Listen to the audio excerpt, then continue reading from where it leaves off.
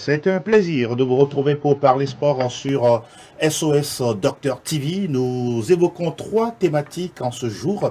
Nous parlons bien sûr de la participation du Togo aux Jeux africains de la jeunesse. C'était à Luanda en Angola avec quelques médailles récoltées bien sûr par la délégation togolaise qui a évolué dans la catégorie U17 de beach handball. Nous évoquons l'actualité de la Coupe d'Afrique des Nations avec justement l'entrée en lice du Maroc face aux Comores tout à l'heure aux alentours de 19h. On parlera bien sûr des forces en présence et de ce qu'il faut attendre de cette compétition. Nous terminerons bien sûr notre aventure sportive par la D1 Lonato avec la 7e journée et les enjeux liés justement à ce rendez-vous. Voilà pour nos thématiques. Tout de suite, la première fenêtre, l'actu nationale.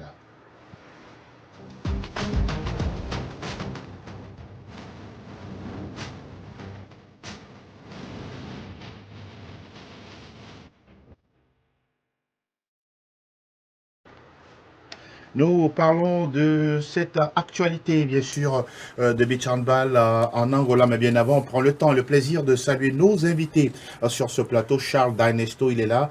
Bonjour et encore une fois, merci de nous accompagner. Bonjour Angelo, tout un plaisir d'être là encore ce matin pour parler de l'actualité nationale, comme cela se doit. Comment portez-vous? C'est la bonne forme. Ah oui, ça se voit sur votre visage souriant. Il est également souriant en pleine forme, c'est Aziz Agoro. Salam alaikum, moi Aziz. Bonjour Angelo, j'espère que vous allez bien. Ça va très bien, et vous-même? Je vais super bien également. Prêt pour découdre, bien sûr, par rapport à l'émission? Plus que prêt. Plus que prêt. Mais si on va échanger d'abord sur cette actualité liée à la participation du Togo aux Jeux africains de la jeunesse, c'était bien sûr en Angola, avec déjà Charles, on peut dire, on parle de la catégorie U17, et les filles et les garçons reviennent en tout cas avec quelque chose, sinon des médailles. Des médailles, déjà la médaille de bronze pour les filles U17, ouais. Et puis la médaille d'argent pour les garçons U17. Je pense que dans l'ensemble, c'est une bonne nouvelle. Mais au même moment, je pense qu'on doit continuer par travailler dans la mesure où, pour cette compétition, il y a eu seulement 5 nations qui étaient engagées, oui. À savoir le pays hôte, l'Angola, le Sénégal, le Togo. Je pense qu'il y a la Namibie ou la Tanzanie, oui. Et puis un 5e pays dont j'oublie un peu le nom. Ce sont ces 5 nations-là qui étaient engagées. On sait au niveau du beach hand, il y a beaucoup de nations. Il y a la Côte d'Ivoire, il y a le Nigeria, il y a l'Afrique du Sud, il y a le Maroc, la Tunisie, l'Égypte, qui sont de grandes nations dans cette discipline qui étaient absentes.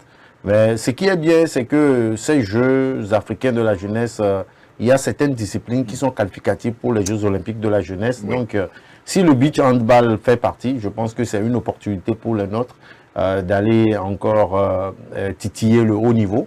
Hein, parce que quand on parle de Jeux olympiques de la jeunesse, c'est toute la planète qui est au rendez-vous. C'est plus costaud. Mais vous savez, quoi qu'on dise au niveau du handball, le Togo a une histoire, oui. Parce que le Togo a été le tout premier pays africain à avoir remporté une Coupe du Monde de beach hand. C'était dans les années 98 ou 2000. Par après, l'histoire a continué. On a participé à des Coupes du Monde où, bon, le résultat n'était pas au rendez-vous. Mais je pense que sous l'ère Dogbo, il y a un travail qui a commencé toujours avec les tout jeunes. Oui. On va espérer qu'on puisse trouver ne serait-ce que les moyens nécessaires, parce que les ressources humaines sont là, ce sont les joueurs. Absolument. Qu'on trouve, quand on veut parler même de logistique, il y a tout, oui. Mais qu'on trouve les moyens financiers surtout pour accompagner cette jeunesse-là à grandir et puis à faire comme leurs aînés d'il y a quelques années dans cette discipline. Le leitmotiv, surtout pour nous, les athlètes au Togo, c'est qu'on a tellement besoin de compétition, parce que sans ça, oui, c'est compliqué de pouvoir avoir de l'expérience, mais comment vous jugez justement cette participation du Togo aux Jeux africains? Tout à fait, une belle participation, et quand on revient à domicile avec des médailles, la médaille de bronze et la médaille d'argent, c'est bien, surtout que c'est au niveau de la base, au niveau des jeunes. Vous voyez, là maintenant, comme vient de le dire Charles, le Togo a été le premier pays à avoir remporté une Coupe du Monde de beach volley. Ça veut dire quoi? Beach hand plutôt. Exactement. Ça veut dire quoi? Ça veut dire qu'on a de la matière. Ouais. Ça veut dire également que on a de l'envie, on a de l'engagement au niveau de ces jeunes-là qui ne demandent que les moyens pour pouvoir s'exprimer. Donc, je vais faire appel à l'organisation. Oui. Il faut aller sur de très bonnes organisations, même si on n'a pas aujourd'hui, on a une plage. Si, on a une plage. Donc, on dit même qu'on a un très beau sable, un très bon sable. Tout à fait. Donc, je crois qu'il faut en profiter et mettre un peu de moyens à la disposition de ces jeunes-là pour que dans quelques années, on puisse les retrouver encore à un très plus haut niveau. Ça, c'est très important. Je pense qu'on aura encore plus la chance de jauger l'équipe nationale du Togo parce que... On parle quand même de la catégorie U17. Hein. U17, oui. Il y a la fédération togolaise de handball qui était en assemblée générale le week-end dernier. Le président Dugbo l'a dit que pour l'année 2026, elle mise gros, c'est-à-dire la fédération mise gros. Déjà, le Togo va accueillir la Coupe d'Afrique des Nations de beach hand au niveau des hommes et des dames. Et puis, il y aura également le Challenge Trophy. Oui. Le Togo va accueillir le Challenge Trophy, cette compétition-là qui regroupe les cadets au niveau des garçons et des filles. Donc, je pense que on va rester dans cette dynamique avec cette jeunesse-là pour espérer de bons résultats pour le futur. On espère simplement qu'il y aura une meilleure planification, bien sûr, pour les beach handballeurs togolais, pourquoi pas lors de ces compétitions dont on vient de parler, l'IHF Challenge Trophy et puis la CAN de beach handball, pourquoi pas ici très très haut, le drapeau togolais. Voilà ce qu'on retient bien sûr sur cette actualité. On va continuer dans quelques instants pour parler de la CAN, la Coupe d'Afrique, la Coupe d'Afrique des Nations, voilà, ce sera au Maroc dans... pas très longtemps, bien sûr, puisque la cérémonie d'ouverture est prévue à partir de 16h, 17h.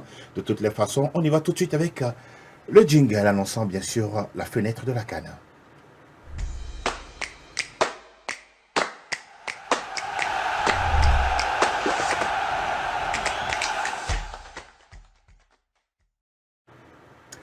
Voilà, vous serez habitué bien sûr à ce jingle.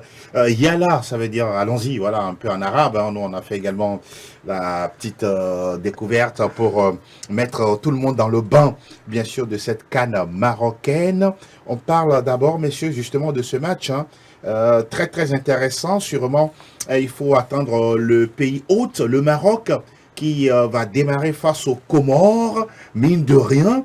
Cette équipe du Maroc à la maison va vouloir commencer très très fort, marquer les esprits, ou soit vous vous attendez à autre chose. Angelo, si tu permets dans un premier temps, il faut sans offenser le peuple ivoirien. Je crois que cette CAN qui sera jouée au Maroc, elle sera la CAN la mieux organisée. De toute l'histoire. De toute l'histoire. Très bien. C'est personnellement ce que je pense. Sauf que vous n'étiez pas encore né en 72. Mais on sait que les choses ont vraiment évolué, surtout sur le plan infrastructure. Oui. Au niveau du Maroc, que ce soit au niveau de la logistique ou des infrastructures sportives et non sportives, on a fait fort. On a fait fort et il faut rappeler également que depuis 2013 jusqu'à 2023 récemment, on a utilisé qu'au minimum 6 stades pour cette compétition-là. Mais cette fois-ci, avec le Maroc, on part sur une base de 9 très bons stades à des normes internationales. Vous insistez là-dessus? Oui, parce que je sais ce dont je parle. J'ai eu la chance de visiter 1 ou 2 stades au Maroc qui vont abriter cette compétition-là. Et il faut rappeler également que le Maroc est devenu le hub sur le continent parce que aujourd'hui, en Afrique, quand un pays a un problème d'homologation de stade, tout le monde se tourne vers le Maroc. D'accord. Maintenant, pour revenir à votre question, je crois qu'au niveau de la détermination, le Maroc part favori parce qu'ils ont rapporté hier la Coupe arabe face à cette équipe de la Jordanie. Et Walid Regragui a eu la chance de placer des joueurs, de les déplacer, de les replacer, d'essayer beaucoup de choses. On pourra peut-être dire que cette équipe du Maroc est plus ou moins prête à commencer cette compétition. Mais en face, on a une équipe des Comores qui... On va en venir, mais juste pour parler, favori ou pas? Le Maroc, je dirais favori sur le papier. Sur le papier. Donc, il peut y avoir une surprise. Il peut y avoir une surprise. D'accord, je vous reviens tout à l'heure. Alors, nous parlons de cette équipe du Maroc pour un match inaugural. Forme de pression ou pas pour cette sélection de Walid Regragui? Une forme de pression, un peu, je doute un peu, parce que quand vous voyez un peu la sélection féminine lors de la dernière CAN, toujours au Maroc, je pense que les filles ont craqué sous la pression en finale. Elles ont craqué face au Nigeria. Ben, maintenant, ce sont les hommes. Le mental est un peu différent. Et puis, je pense que face aux Comores, le Maroc part favori. Il part favori parce que même si pour l'instant Achraf Hakimi n'est toujours pas disponible, mais je pense que l'équipe marocaine part favori pour cette rencontre inaugurale. Pour rester sur cette sélection marocaine, on va parler beaucoup plus maintenant de l'effectif. Beaucoup parlent d'expérience, des joueurs rompus à la tâche qui étaient tous là lors du dernier mondial au Qatar. C'est ce que vous voyez également. Vous voyez une équipe marocaine pleine d'expérience pour cette CAN-là? On a une équipe marocaine pleine d'expérience qui arrive au fin d'un cycle, à la fin d'un cycle plutôt. Parce que 80% de ces joueurs-là ont fait la campagne du mondial, comme vous venez de le souligner. Et quand vous voulez voir au niveau de l'âge des joueurs, il y a l'âge qui est un tout petit peu avancé. Donc je crois que c'est le moment ou jamais. C'est le moment ou jamais pour cette belle génération que conduit aujourd'hui Achraf Hakimi d'aller chercher un truc sur le plan africain avant de penser à la prochaine Coupe du Monde. Sinon, en termes de qualité, que ce soit individuellement ou collectivement, cette équipe du Maroc, amenée par un certain Walid Regragui, est très en forme. Charles, où est-ce que vous pouvez situer, en tout cas pour nos internautes et téléspectateurs, cette équipe du Maroc, les atouts dont elle dispose? Beaucoup même disent, je peux me tromper, mais beaucoup d'observateurs s'attendent à dire que cette équipe du Maroc va remporter la CAN sans être... voilà. Bon, mais je pense qu'on en a déjà parlé ici. Quoi qu'on dise, le Maroc fait partie des favoris de cette Coupe d'Afrique des Nations.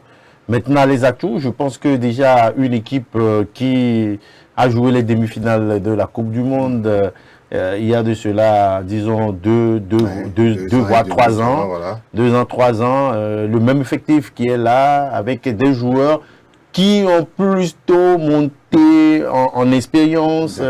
Et puis, au niveau des clubs qui ont gagné... comment dit-on des trophées? Non, pas des trophées. Oui, qui ont gagné en expérience au niveau des clubs, dans les grands clubs. Maintenant, avec une relève qui vient petit à petit, les U17, les U20. Avec votre permission, regardez le graphique qui annonce justement la liste de cette sélection marocaine. Par exemple, en attaque, on a Brahim Diaz du Real Madrid. Soufiane Raimi. Voilà, on a Youssef En-Nesyri. Voilà, on a Abdé Ezalzouli, par exemple. Soufiane Amrabat. Amrabat.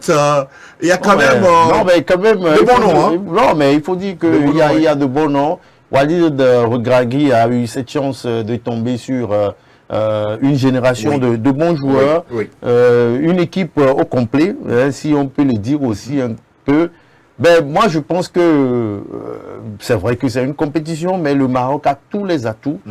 D'abord, l'équipe évolue à domicile, l'équipe connaît déjà ses infrastructures parce que l'équipe marocaine a eu à jouer pratiquement sur tous ses stades à domicile. Exactement. Et puis, bon, il y a un public derrière, quand on voit un peu même les matchs domestiques, ce que ça donne en termes de mobilisation. Vous sentez une ferveur. Oui, il y a une ferveur autour de cette équipe. Le reste, je pense que ce sera l'envie et la détermination pour aller au bout de l'objectif qui est d'aller remporter la Coupe d'Afrique des Nations. Vous savez, pour le roi, il a investi, beaucoup.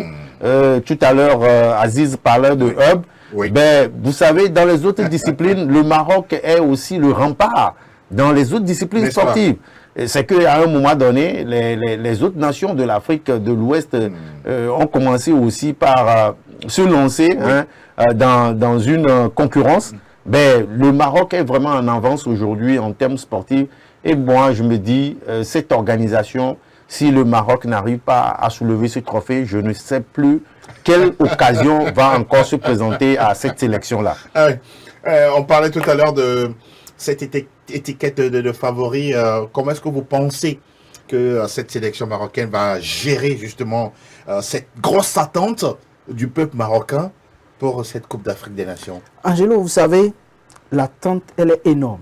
C'est vrai, on a parlé des qualités intrinsèques de ces joueurs. Quand vous entendez même les noms, ça fait froid dans le dos. Oui. Mais c'est une compétition. Et on sait combien de fois les petites nations ont tenu tête aux grandes nations de foot dans ce genre de compétition. Je ne sais pas si vous permettez que je parle un tout petit peu de cette équipe du Comore.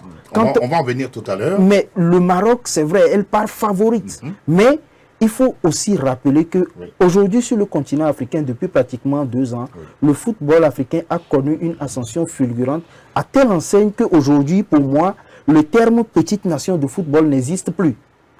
Donc, du coup, on a une bonne équipe, on a tout le public derrière, on a tous les moyens nécessaires, mais il va falloir faire attention pour cette équipe du Maroc. C'est pour ça que je disais tout à l'heure que sur papier, cette équipe-là part favori. Si on dit de pronostiquer, on pronostiquera favorablement pour le Maroc. Mais ça reste un match de football. On attend le coup d'envoi pour voir ce que ça va donner. Vous le dites si bien, la compétition est donc ouverte et tout est possible. Et peut-être, sans dire de bêtises, le Mozambique, l'Ouganda, la Tanzanie, par exemple, le Zimbabwe peuvent gagner une CAN. Pourquoi pas? Oui, ben, je pense que on peut miser sur le Botswana. Le Botswana? Oui. D'accord. On peut miser mais ça, sur c'est l'Ouganda. L'Ouganda. Oui, ben, vous savez. Le Zimbabwe également. Mais vous savez, le Zimbabwe. Oui. Non, mais pourquoi moi je ne mise pas sur le Zimbabwe? Vous savez, ces dernières années, c'est une nation qui traverse quelques situations qui ne permettent pas une sérénité totale. Mais quand même, vous savez, c'est une compétition. Je me rappelle lors de la dernière CAN, cette équipe-là était là, mais elle a fait du mal. Elle a fait beaucoup de mal. À ses adversaires. Mais vous savez, en Afrique centrale, il y a de ces nations-là qui travaillent parce qu'il n'y a pas tellement de visibilité comme en Afrique du Nord, en Afrique de l'Ouest, ce qui fait qu'on les oublie un peu.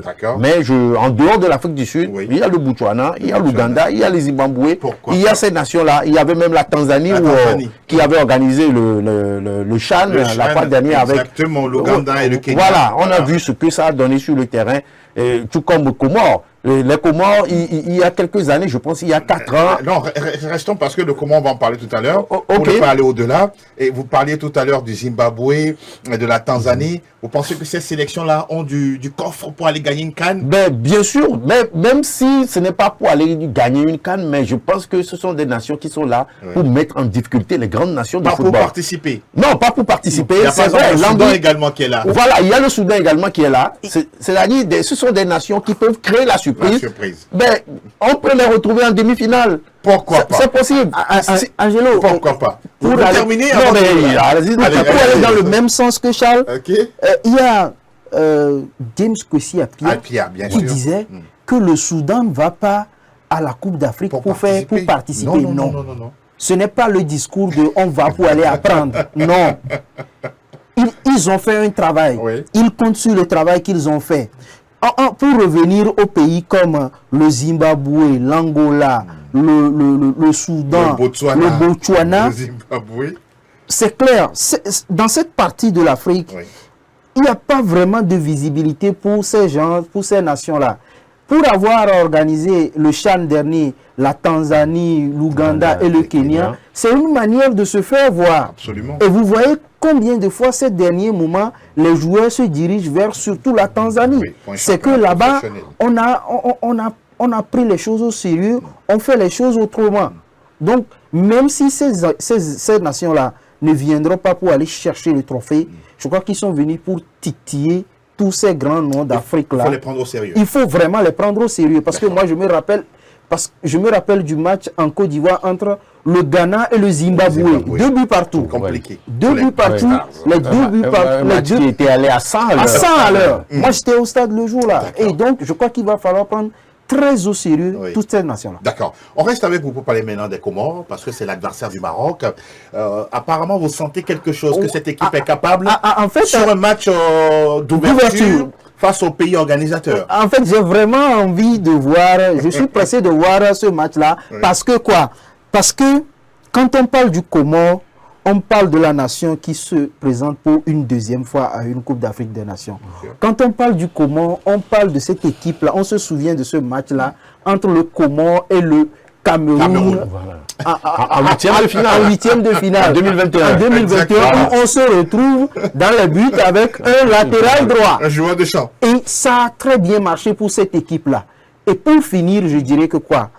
Cette équipe du Comore a l'un des meilleurs projets sportifs actuellement sur le plan africain. D'accord. On n'a pas beaucoup de moyens, mais on a mis la volonté, on a mis beaucoup d'envie, on a mis beaucoup de choix. Il y a aussi de la vision. De la vision vraiment dans cette histoire-là. Donc du coup, je crois, au niveau des forces de cette équipe, on peut parler peut-être de Rafiki Saïd, l'attaquant du Standard de Liège, qui est vraiment également aussi en forme. Et il y a d'autres autres... Il y a également le capitaine Changama, défenseur central, qui a été très très bon joueur de foot.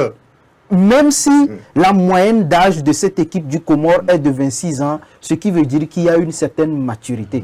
Et comme Charles l'a dit, il y a un truc qui existe en Afrique. Quand vous payez les pays de l'Afrique australe, je veux parler du Comore, le Zimbabwe, tous les pays qu'on a cités là, les joueurs ont un autre mental là-bas. D'accord. Le mental est très important là-bas. On mouille le maillot pour la nation. On joue pour le drapeau. D'accord. On joue pour le drapeau et je crois que cette équipe du Comore ne vient pas dans cette compétition. Sinon, ne va pas jouer ce match inaugural en victime expiatoire. Il est vrai que c'est le tirage au sort, en tout cas pour cette poule A. Le Maroc qui va jouer devant son peuple. On imagine déjà le stade Abdoulaye qui va être très très rempli. Regardons justement cette équipe du Comore. Va-t-elle profiter de la pression sur le Maroc pour passer pour ce premier match de poule? Je pense que ce sera un peu compliqué. Hein. Je me rappelle toujours de la première participation de l'équipe comorienne au Maroc. Je vois un peu le parcours. C'est une équipe sur laquelle on a moins misé, mais qui a créé la surprise d'arriver jusqu'à en huitième de finale. Et beaucoup se disent, n'eût été cette situation où l'équipe avait été réduite à 10, peut-être on allait voir un autre match. Comores face à l'équipe organisatrice, ce sera un peu difficile.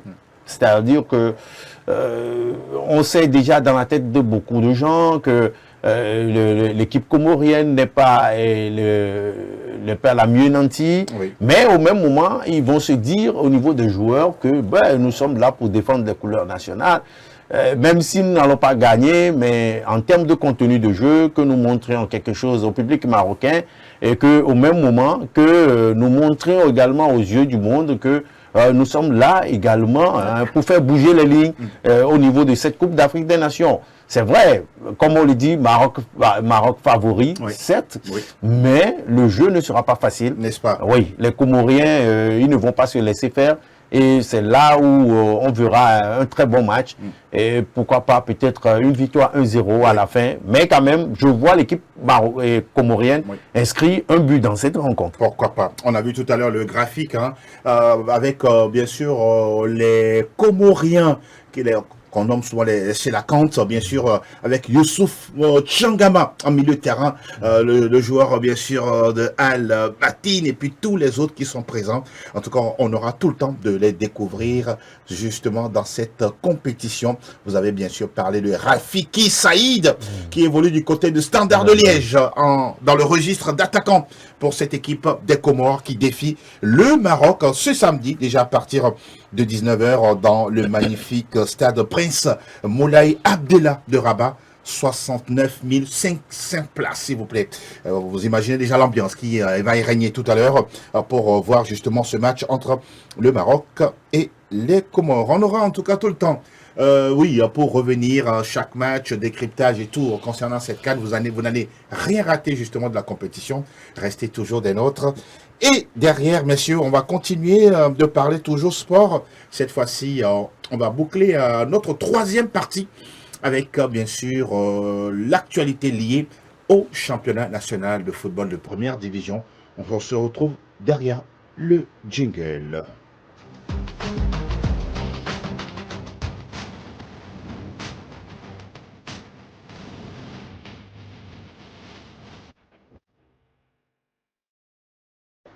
Et nous parlons bien sûr de la compétition liée aux joueurs togolais. Nous parlons bien sûr de la Lonato. Bien, le Togo n'étant pas à la CAN, on comprend, mais bon, c'est aussi ça. On s'intéresse. C'est normal. C'est normal, on s'intéresse bien sûr au championnat à la maison avec de nouvelles journées, en tout cas de nouveaux matchs attendus ce week-end. On va... Il n'y a pas assez de choc. Ah bon, vous croyez? Non, il n'y a pas assez de choc. Pourquoi vous dites ça, Charles? Non, mais le choc, c'est Massi Gomido. Oui, c'est Massi Gomido. Ah ben voilà. Comparativement aux journées précédentes, d'accord, oui. Toutes les rencontres. C'est le calendrier. Ah oui. On va d'abord parler de ce match entre l'ASOTR et le Dynamique Togolais. Aziz, le Dynamique Togolais, la dernière fois qui a battu Espoir FC Dijon, l'ASOTR qui peine toujours à avoir sa première victoire dans ce championnat. Est-ce enfin la 7e journée qui va être favorable? On attend de voir, puisque les journées se suivent et se ressemblent pour les protégés de Richard Dixon au clos. Et maintenant, Kpatumbi Liabé au niveau de la motivation qui sort d'une victoire face à l'espoir de Zior avec 2 buts marqués. Je crois que ça va aller très vite, ça va jouer costaud face à ces jeunes joueurs-là de l'ASOTR. Je crois qu'il va falloir vraiment tenir dur. Sur le plan tactique, ces jeunes-là, ils répondent, mais il reste encore un tout petit peu une certaine façon de jouer. Je veux dire qu'il manque d'expérience dans cette équipe de l'ASOTR. Je crois qu'il va falloir réfléchir pour que lors de l'intersaison, on puisse recruter 1 ou 2 joueurs d'expérience pour venir pousser ces joueurs-là, parce que j'ai l'impression qu'on joue parce qu'il faut jouer, on joue en oubliant que nous sommes dans un championnat et qu'on a besoin de points. Du côté des robots rouges, c'est lorsque les choses deviennent dures, seuls les durs avancent. Donc cette fois-ci, je crois qu'ils auront à cœur d'aller chercher une seconde victoire d'affilée, mais l'entraîneur qui sera le plus inspiré sur le plan tactique va partir avec les 3 points. Dans l'analyse tout à l'heure d'Aziz, il est ressorti quelque chose de très important. Dito n'a toujours pas fait 2 matchs gagnés de manière successive. Est-ce la bonne proie, la SOTR pour les robots rouges? La SOTR, je dis, ce sera un match compliqué pour les 2 équipes. Vous savez, ce n'est pas parce que Dito n'arrive pas à gagner de façon cumulative qu'on peut dire que la SOTR ne peut pas être vaincue. Quoi qu'on dise des 2 côtés, que ce soit au niveau de la SOTR ou au niveau de Dito, ça joue bien. Le contenu, en termes de contenu, ça joue bien. Seulement que les occasions de but sont rarement créées au niveau de la SOTR. Ou bien si... La preuve, ça ne gagne pas. Oui, ou soit lorsque ces occasions de but sont créées, elles sont vendangées. Maintenant, au niveau de Dito, on sait que Dito, quoi qu'on dise, n'est pas encore, au niveau du classement, n'est pas encore à la bonne place. C'est vrai que c'est l'une des promues de cette saison, mais quand même, cette équipe n'est pas encore à la bonne place. Donc, elle cherche ses proies. Il y a l'entente 2 qui a été prise, il y a Espoir de Zior. Maintenant, face à la SOTR, il faut vraiment faire attention. Sur ce match, ça peut être aussi la chance pour la SOTR d'engranger sa première victoire. Pourquoi pas? Tout comme pour Dito, d'enchaîner. Voilà. Parce que quand vous voyez au niveau de Dito, il y a des hommes d'expérience en attaque. Nan Richard, par exemple, qui est là. Il y a Kidinang Kpatumbi. Kpatumbi, qui en tout cas est en train de porter pour l'instant cette équipe-là. Maintenant, du côté de la SOTR, vraiment, il est très difficile de donner un nom qui est en train de porter cette équipe. Compliqué. Mais vous savez, de façon collective, ça joue bien. Mais le buteur là, pour faire la différence, ça manque énormément à la SOTR. Maintenant, vivement que pour cette rencontre, Oui. la SOTR aussi puisse faire la différence et prendre les 3 points. Ce qui est dommage, ils n'ont pas su remplacer Bruno Avotor, par exemple, Oui. qui a quitté le groupe, et malheureusement, et là, ils sont en train de payer les frais. On va continuer. Il y a d'autres matchs. La grande totalité, en tout cas, les matchs se jouent dimanche, avec 6 matchs au programme. Il y a d'abord AS Bina qui joue contre la SCK. Il y a également Semassi Gomido. AS Tambo accueille ASCO. Espoir FC Duzio accueille la formation de l'e-sport. Boulbessou est en déplacement dans la capitale pour y défier l'étoile filante. Et puis, l'AC Barracuda face à l'Entente 2. On parlait tout à l'heure de cette confrontation entre Semassi et Gomido. Presque, hein, on retrouve les teams à Sokone et à Palimé. On retrouve également les teams à Palimé. De toutes les façons, Dans Zongo. ils se connaissent très bien.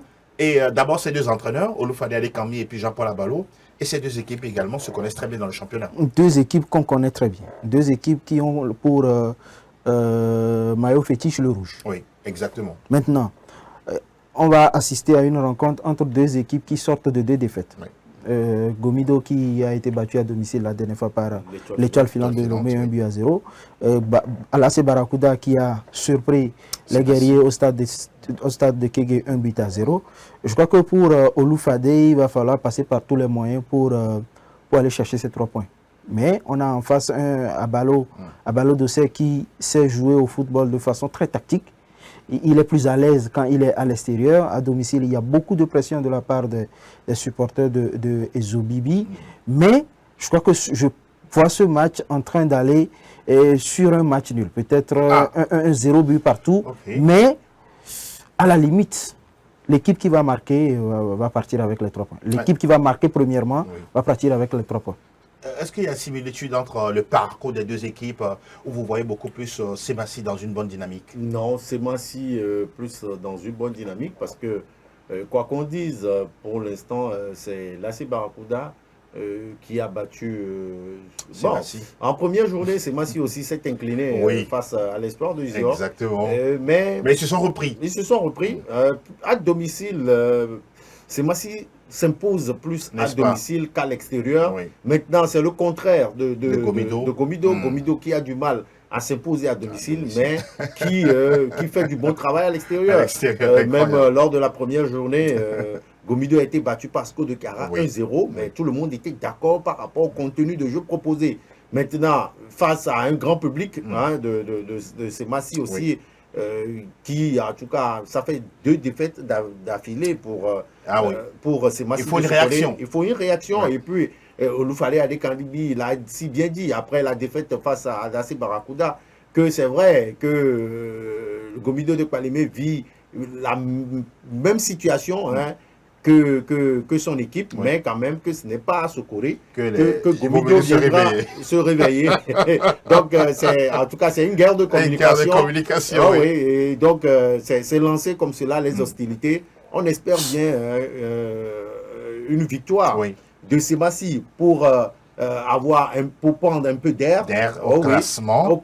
Et puis également au même moment une victoire pour Gomido de Palimé pour faire comprendre au public sportif qu'il y a trop de pression à domicile et que nous sommes plus à l'aise à l'extérieur. Il y a un match également qui sera disputé entre 2 équipes qui sont intéressées par le classement général, messieurs. Et il y a d'abord l'AC Barracuda qui joue contre l'Entente 2. Le match a lieu au stade Omnisport. C'était un derby de la capitale. Je vous vois sourire. Oui, un derby de la capitale. Pourquoi vous souriez? Non, je souris tout simplement parce que ça ne marche pas trop pour l'Entente 2 de Lomé. Oh là là, ça va très mal. Et puis par contre, avec l'AC Barracuda, c'est un peu difficile. Voici Adegnon qui a la tactique. Ça a repris avec le 1-0. Ah oui, 1-0, c'est bon. On ferme derrière. Le service minimum. Et puis on ferme derrière. Donc je me plains un peu pour Gomido de Palimé qui, quand vous voyez également sur ces matchs, Entente 2 encaisse très rapidement. Toujours. Oh oui, attention, face à l'AC Barracuda, si l'Entente 2 encaisse, ne serait-ce que dans les 10 dernières minutes, je pense que pour Mongué-Gueye, il doit savoir que le match est plié et que ce n'est pas si sûr qu'il y aura égalisation. Vous parlez avec autant de certitude. Non, mais vous savez, Kwasidi Adeno, il est avec cette équipe de l'AC Barracuda, ça fait déjà plus de 10 ans. On le connaît, c'est-à-dire c'est un fin tacticien quand il arrive à trouver le but, c'est fini, il met en place un système défensif qui se lit même difficilement. C'est-à-dire que les défenseurs et les milieux de terrain vous prennent de si haut, à telle enseigne que vous allez voir que le ballon se trouve juste au milieu. Donc, vous ne verrez jamais dans le cadre de l'AC Barracuda. Sébastien a payé les frais la dernière fois.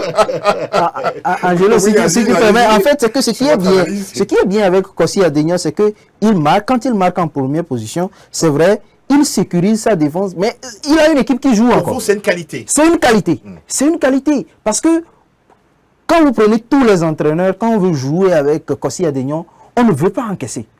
On veut plutôt marquer pour que ce dernier-là court derrière l'égalisation. Voilà. Et ce qui est bien pour lui, il arrive à profiter des petites erreurs de l'adversaire. C'est ce qui s'est passé à Kégué la dernière fois.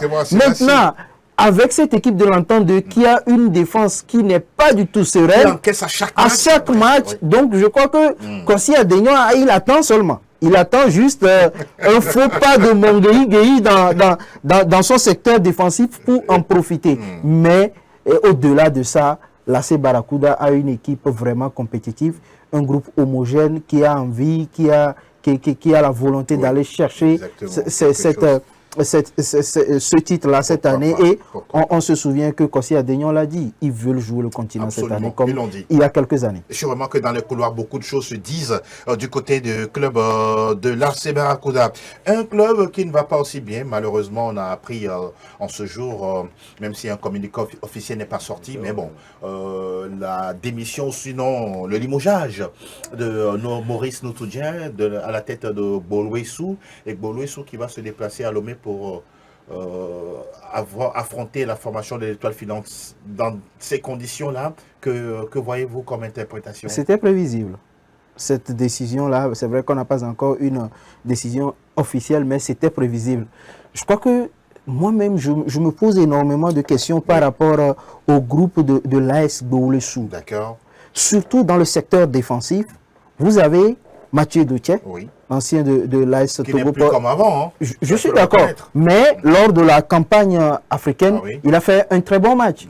Sur les deux matchs contre l'USFA du Burkina, il a fait un très bon match. Vous avez Doutier Mathieu, vous avez Ourosama Hakim, vous avez Beignon Blaise, et vous avez Kolani Ali, un ancien de l'AS Bina. Et on n'arrive pas à former une défense à 4 ou une défense à 3. Un très bon gardien. Un très bon gardien, Tondoro Cissé, même si quelquefois je lui reproche le fait d'être trop... Il se croit trop sûr de lui-même. Il se croit trop sûr de lui-même. Mais on ne peut pas avoir ces joueurs-là et on n'arrive pas à former une défense. C'est un problème de leadership. Est-ce que c'est un problème de leadership? C'est-à-dire lié à l'entraîneur? Non, pas forcément. C'est un problème de registre dans lequel il faut jouer pour tirer le mieux de ses joueurs. Malheureusement, ce n'est pas le cas. Ce n'est pas le cas. Maintenant, face à cette équipe de l'Étoile filante, ça sera un peu compliqué parce qu'on se rappelle les 3 matchs de l'Étoile filante. On s'assemblerait-il que le président Wilson Tété a donné 3 millions pour 3 victoires d'affilée. C'est ce qu'on a appris. Aujourd'hui, on sort d'une victoire face à Gomido, pourquoi ne pas enchaîner une autre face à Bolwesu et lors de la 8e journée prendre 6 millions au lieu de 3 millions. Donc je crois que c'est vraiment motivant. L'avantage est du côté des Bleus de la capitale, mais on va voir qui va s'asseoir sur le banc de cette équipe de l'AS Bolwesu lors de cette 7e journée. Vous voulez réagir avant de parler des deux clubs de la COSA, ASC Kayasco? Non, mais je pense que, comme Aziz l'a dit, le départ de Maurice Noutoudien était prévisible. Parce que là, quand vous voyez le match, déjà face à Espoir de Zior, déjà à la 80e minute, le public qui commençait déjà par... Match perdu à la maison. À la 80e minute, le public qui commençait déjà par partir à quitter les gradins. Et puis, le but est arrivé à la 85e minute. Et bien, vous savez aussi, il faut dire que... bon, moi, la question que moi je me pose, c'est que est-ce qu'il y a réellement une sérénité même au sein de l'équipe de Bolwesu? Vous vous rappelez qu'entre-temps, il avait été annoncé l'arrivée de Jonas Kokokomla. Vous vous rappelez cette information? Paraît-il que c'était C'était pas vrai. C'était du bluff. Angelo, Charles, si tu permets, moi j'ai vu une image où Oui, Jonas était en pleine séance d'entraînement avec l'AS On Bolesso. parlait d'un apport technique, Voilà. vu son nouveau niveau. Ça a été au niveau de l'entraîneur. ça a été toujours un jeu de terminologie. Ah oui. Oui, Merci ça, beaucoup c'est de comme pouvoir sortir le mot. Oui, vous terminez votre Donc, analyse. bon, la grande interrogation, parce que là, il y avait un effectif qui a joué la campagne africaine. Par après, on a encore modifié, on a amené de nouveaux joueurs. Pour vous, toujours, il n'y a pas d'homogénéité. Oui, ben, ça donne du travail aussi à l'entraîneur. À l'entraîneur, oui. C'est un homme. Et c'est compliqué. en fait de compte. C'est compliqué. Messieurs, on évoque également ces deux matchs-là entre l'AS Bina et l'ASK et puis AS Tambo et ASCO. Qu'attendez-vous justement de ces deux rencontres, Charles? Ben, AS Bina, c'est quand même un match intéressant également à ce niveau. Quand on sait que l'AS Bina est toujours à la recherche de sa première Oui, victoire. comme l'AS OTR. Oh oui, mais maintenant, face à la SCK. à Koulesou, la journée dernière, D'accord. on a vu ce que ça a donné. Deux buts partout. 2 buts en l'espace d'une minute, 49e, 50e minute. Il y a toujours derrière Bassitou, Oui, Madougou. qui est toujours là. Je pense que ça doit lui faire 3 ou 4 buts maintenant. Exact. Il vient petit à petit. Ça veut dire que l'équipe est en train de se réveiller. Maintenant, face à l'ASK, c'est vrai, une victoire à domicile face à l'AS OTR, 1-0. Bon, tout le monde sait les conditions dans lesquelles l'équipe a gagné. C'était un peu difficile, quoi. C'est-à-dire que l'AS OTR a donné du fil à retordre à son adversaire. Maintenant, on sait également qu'au niveau de l'AS Bina, ça joue aussi. Et que ce sont les buts qui n'arrivent pas. Heureusement que ces derniers jours, l'AS Bina a commencé par marquer, comme cela se doit. Ben, on attend un match intéressant face aux chauffeurs qui doivent encore se réveiller plus. Oui, très important. Ouais. Tambo qui accueille Asco de Cara. Asco qui ne fait pas de bruit, mais apparemment, l'équipe est en train de se réveiller. Vous voyez la même chose? Ça sera difficile pour les flèches pimentées de Dacha, Oui. parce qu'il y a Lambert Amani qui a dit, sinon, même s'il n'a pas dit, moi j'ai eu déjà regardé 2 matchs de l'ASCO de Cara.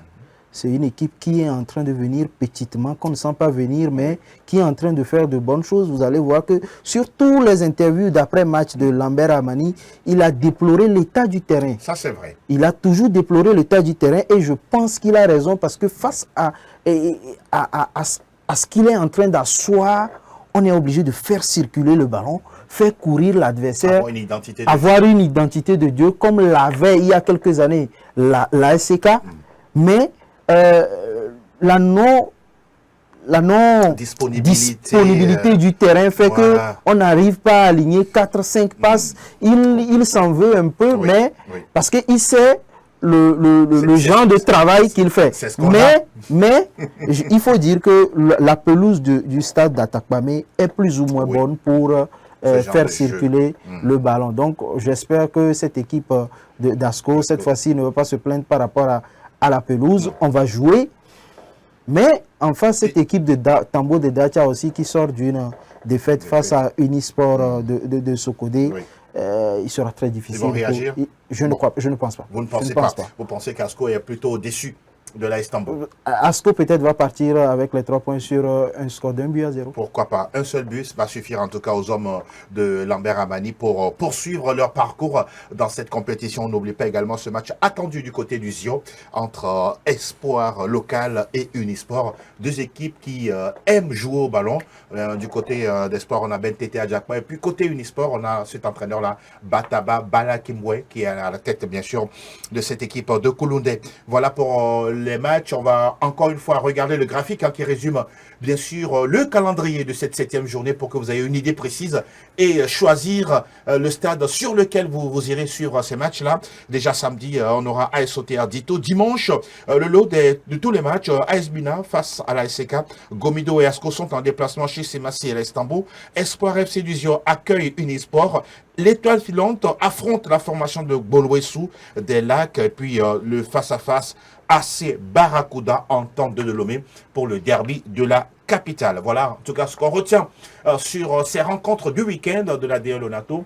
Ça a été plaisant, encore une fois riche et diversifié vos avis. Je tiens encore une fois à vous dire merci au nom de toute l'équipe. Merci Aziz. C'est moi Angelo. Merci également Charles D'Ernesto. Merci Angelo pour l'invitation. On se dit à très très vite pour d'autres rendez-vous pour parler sport sur notre antenne. Le temps de saluer toute l'équipe technique qui a travaillé autour de cette émission. Patrick, Sylvain, Fernand et tous les autres. On se souhaite un très très bon week-end et on se retrouve très très vite, bien sûr, sur notre chaîne SOS Docteur TV. À très bientôt, bye bye.